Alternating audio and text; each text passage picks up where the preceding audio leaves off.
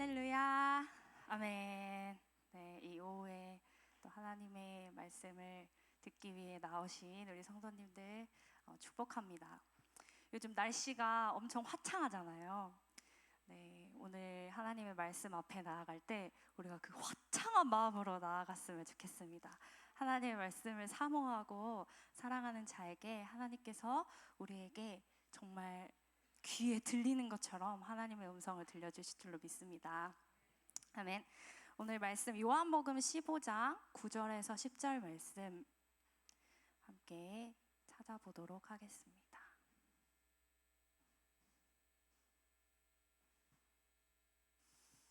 요한복음 15장 9절에서 10절 말씀.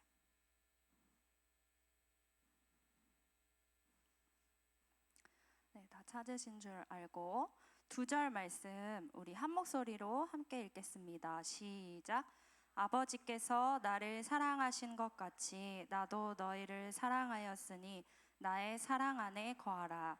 내가 아버지의 계명을 지켜 그의 사랑 안에 거하는 것 같이 너희도 내 계명을 지키면 내 사랑 안에 거하리라. 아멘. 네, 오늘 하나님의 집이라는 제목으로 말씀을 나눌 때 우리 모두 하나님의 사랑에 가득하고 평안이 가득한 하나님의 집에 거하게 되는 은혜가 임하기를 소망합니다. 아멘. 네, 아시는 분들도 있을 텐데 제가 대학교 때 신학을 공부하지 않고 건축학과 출신이에요. 건축학과를 나왔는데 아마 많은 건축학과에서 첫 과제로 이 과제를 내줄 것 같아요. 내가 살고 싶은 집 설계하기라는 숙제가 대학교 이제 처음 들어가면 처음 주어지는 과제인데 저는 되게 어렸을 때부터 나중에 집 지어서 살면 이렇게 집 꾸며야지 이렇게 많이 생각했었던 것 같아요. 그래서 이 과제를 하면서 되게 재밌게 했던 기억이 있는데 여러분도 생각해 보신 적 있으신가요? 만약에 내가 나중에 집을 내 마음대로 지어서 살 수 있다면 이렇게 좀 지어봐야겠다 라고 한 번쯤은 아마 야 이런 집 살았으면 좋겠다라고 생각 다 하셨을 것 같아요. 네. 집이라고 하는 것이 주는 안정감이 있잖아요. 이번에 선거도 치렀는데 주거 안정이라고 하는 것이 얼마나 그 중요한 정책입니까? 그만큼 집이라고 하는 게 우리 삶에 있어서 굉장히 중요한 주제라는 거죠. 제가 처음 신혼집을 구할 때 예산이 워낙에 적어가지고 집을 구하기가 너무 어려운 거예요. 부동산 이제 문 열고 들어가서 막 앉아보기도 전에 운전박대 당하기도 되게 많이 했고 그래서 막 부동산을 막 여기저기 돌아다니면서 정말 힘들었는데 너무 감사하게 부동산을 처음 하시는 어떤 사장님이 저희를 너무 예쁘게 봐주셨어요. 왜냐면 그분의 딸이 저랑 동갑이라고 하시더라고요. 그래서 저를 이제 딸처럼 보셔가지고 정말 그 집을 잘 구해주셔서 어떻게 딱 마음에 드는 집을 찾게 됐는데 저희가 LH에서 대출을 받기로 되어 있었어요. 근데 이 LH가 되게 대출을 받는 게 까다롭더라고요. 그 과정이 LH에서 심사도 해야 되고 뭐 집도 그 LH에서 봐야지 허락을 해줘야지 들어갈 수가 있더라고요. 그래서 되게 생각보다 이 대출하는 과정이 너무 길어지는 거예요. 그래서 사실 안 되는 건데 이 부동산 사장님이 집주인분한테 거짓말로 다음 주에 나올 것 같습니다. 2주만 더 기다리면 나올 것 같습니다. 이렇게 하시면서 몇 개월을 버텨주셨어요. 그래서 사실 너무 죄송한 일인데 그 집주인 분에게는 너무 죄송해요. 왜냐하면 그 집이 공실이었어서 빨리 들어가면 좋은 건데 아무튼 저희는 너무 감사하게 그렇게 버티다가 언제 계약을 했냐면 결혼식을 토요일 날 하는데 그 전주 금요일에 잔금을 치렀어요. 그때 계약을 하게 됐어요. 그래서 이제 결혼식이 거의 앞두고 있는데 마음이 얼마나 불안해요. 결혼은 해야 되는데 들어갈 집이 없으니까 마음이 너무 불안하더라고요. 그래서 제가 그때 남편이랑 이때 진짜 많이 싸웠어요. 처음에 결혼도 하기 전에 많이 싸웠는데 지금 뒤에 듣고 계시는데 왜 싸웠냐면은 제가 고민을 얘기를 해요. 막 우리 대출 이거 LH 다시 전화해봐야 되는 거 아니냐, 아니면 부동산 좀 더 다른 집 찾아봐야 되는 거 아닌가, 막 이렇게 고민을 얘기를 하면은 대답을 맨날 똑같이 하는 거예요. 뭐라고 했냐면 차차 하면 되지 이러는 거예요. 그래서 그러면서 덧붙여요 뒤에, 기다리면 하나님이 다 해결해 주신대요. 그래서 뭐 아멘이 아멘인데 너무 말은 맞는 말이잖아요. 근데 공감이 빠졌잖아요. 공감이. 이제 제 마음이 불안한 걸 이제 모르고, 그래서 제가 나중에 열받아가지고 차차씨라고 불렀어요. 뭐만 하면은 차차 하면 되지, 차차 하면 되지. 그래서 차차씨라고 막 그러면서 놀렸는데, 아무튼 그렇게 해가지고 결혼 일주일 전에 이제 계약을 마치고 그 처음 신혼집에서 굉장히 재밌게 살았어요. 그 집이 너무 작아서 저희가 침대를 샀는데 왔다가 안 들어가서 빠꾸 당하고, 냉장고를 샀는데 냉장고가 엘리베이터가 없는 집이었거든요. 계단을 못 올라가는 거예요. 그래서 또 빠꾸 당하고, 너무 작은 집이었는데 그 집에서 진짜 행복하게 재밌게 신혼생활을 하고, 이제 계약 기간이 끝나갈 때쯤에 지금 살고 있는 집으로 오게 됐어요.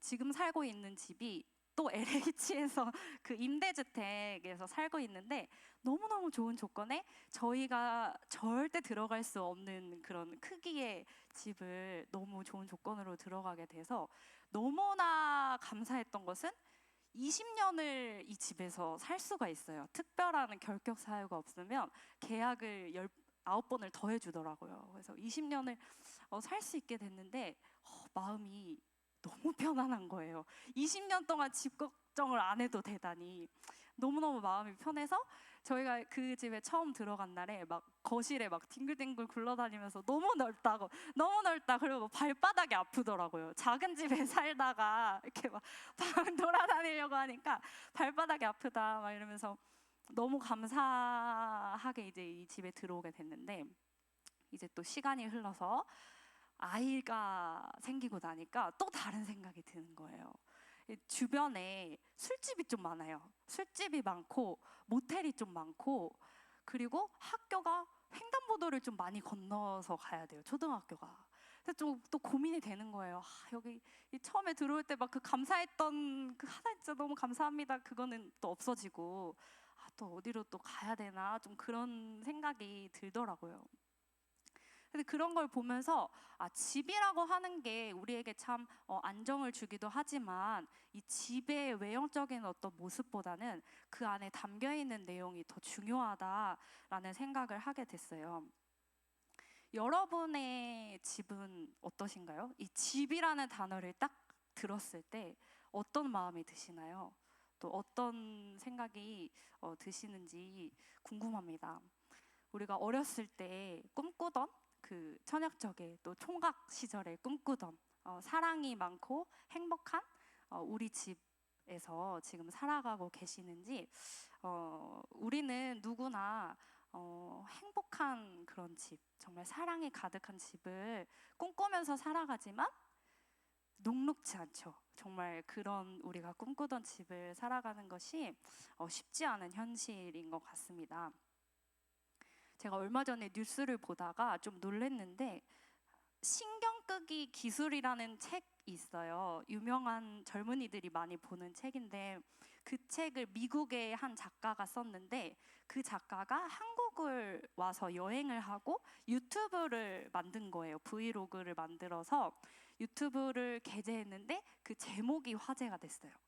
그 제목이 전 세계에서 가장 우울한 나라를 여행했다 였어요. 그래서 뉴스 보신 분들 끄덕끄덕 하시는데, 제가 그 제목 듣고 너무 강렬해서 한 번에 딱 그 제목이 기억이 나서 나중에 찾아보고 했어요. 근데 그 말이, 거기 나온 내용이 뭐 전부 다 맞다고는 저는 동의는 못하는데 중요한 맥락을 잘 짚었던 것 같아요. 여러분은 어떻게 생각하십니까? 우리나라, 전 세계에서 가장 우울한 나라라고 그렇게 제목을 써서 올렸는데, 네. 제가 요즘에 청소년부에서 크리스찬의 내면 세계 가꾸기라는 주제로 지금 우리가 말씀을 나누고 있어요. 그래서 자료를 좀 찾아보다가 재밌는 사이트를 알게 됐는데, 서울대학교의 행복연구소라는 게 있더라고요.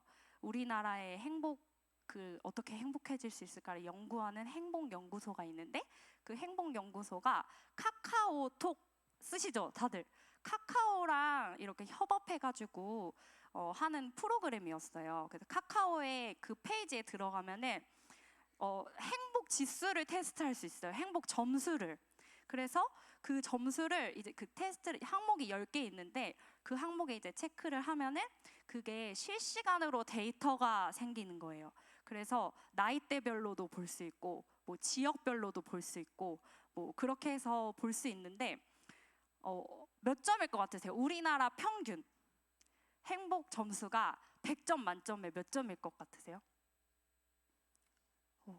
에? 오빠, 되게 높은 85점. 제가 다 찾아봤는데 처음에 이제 총 평균이 50점 초반이더라고요. 52점. 그래서 생각보다 좀 제 생각보다 너무 낮아가지고, 그래서 나이대별로 좀 다른가? 그리고 또 나이대별로 들어갔더니 다 비슷해요. 50점, 51점, 52점 이래요. 그리고 지역별로도 다 50점대더라고요. 그걸 보면서 좀 마음이 아팠어요. 너무 열심히 살아가는데, 우리나라 대한민국 사람들 열심히 살아가는데 내가 충분히 행복하다라고 느끼면서 살아가는 사람이 절반 정도인 거잖아요. 좀 마음이 아프더라고요. 그리고 이게 실시간으로 계속 확인을 할 수가 있어서 좀 더 마음에 와닿았던 것 같아요. 그런데 우리 마음만 그렇습니까? 우리 나라의 안팎으로 끊임없이 들려오는 그런 여러 소식들, 그것들은 우리를 사정없이 경쟁으로, 또 끊임없는 노력으로, 또 두려움으로 우리를 몰아넣고 있는 것 같습니다. 정말 내적으로도 또 외적으로도 불안 그 자체인 세상을 살아가고 있는데, 그야말로 이 시대의 사람들은 집을 찾아 헤매이고 있다. 집을 찾아 가고 있다. 집이 필요한 사람들이다 라는 생각을 하게 됐어요. 그런 우리들에게 오늘 말씀은 이렇게 이야기하고 있습니다. 나의 사랑 안에 거하라. 나의 사랑 안에 거하라. 사랑하는 성도 여러분, 우리는 참으로 어디에 거하고 있습니까? 혹시 우리는 눈앞에 펼쳐지는 그 하루하루의 과제에 치여서 주님의 사랑 안으로 우리를 초대하시는 그 주님의 음성을 듣지 못한 채 하루하루 흘려버리면서 살아가고 있지는 않나요? 오늘 말씀은 우리의 모든 내적, 외적 불안은, 또 부족함, 궁핍함들은 어떤 문제가 해결됨으로써가 아니라 그분의 사랑 안에 거함으로써 해결된다고 가르쳐주고 있습니다. 그분의 사랑의 집, 우리 하나님의 집은 어떤 집인가요? 오직 사랑과 평화만이 가득한 집입니다. 만족과 행복이, 평안과 부요함이 넘치는 집입니다.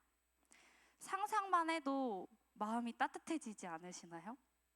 하나님의 그 사랑의 품에 가득 안겨있는 우리, 또 그 집에 푹 들어가서 참 쉼을 얻는 우리를 정말 생각만 해도 마음이 따뜻해지는 것 같아요.